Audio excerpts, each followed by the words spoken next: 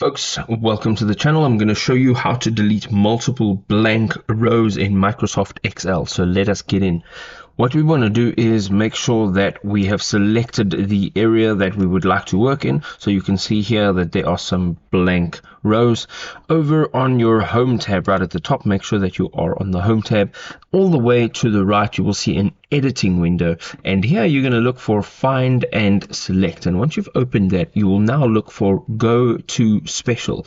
And once we've selected this, we now get to select what we would like to find and select. So if you go down here, you will see blanks, and we're going to tap on OK. Now on the left hand side, as you can see, only the blank rows have been selected.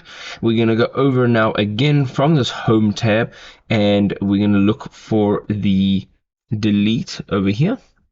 We can now just tap delete, and you have now successfully removed those rows that were blank. If this was helpful, drop us a like. We'll see you next time. Goodbye.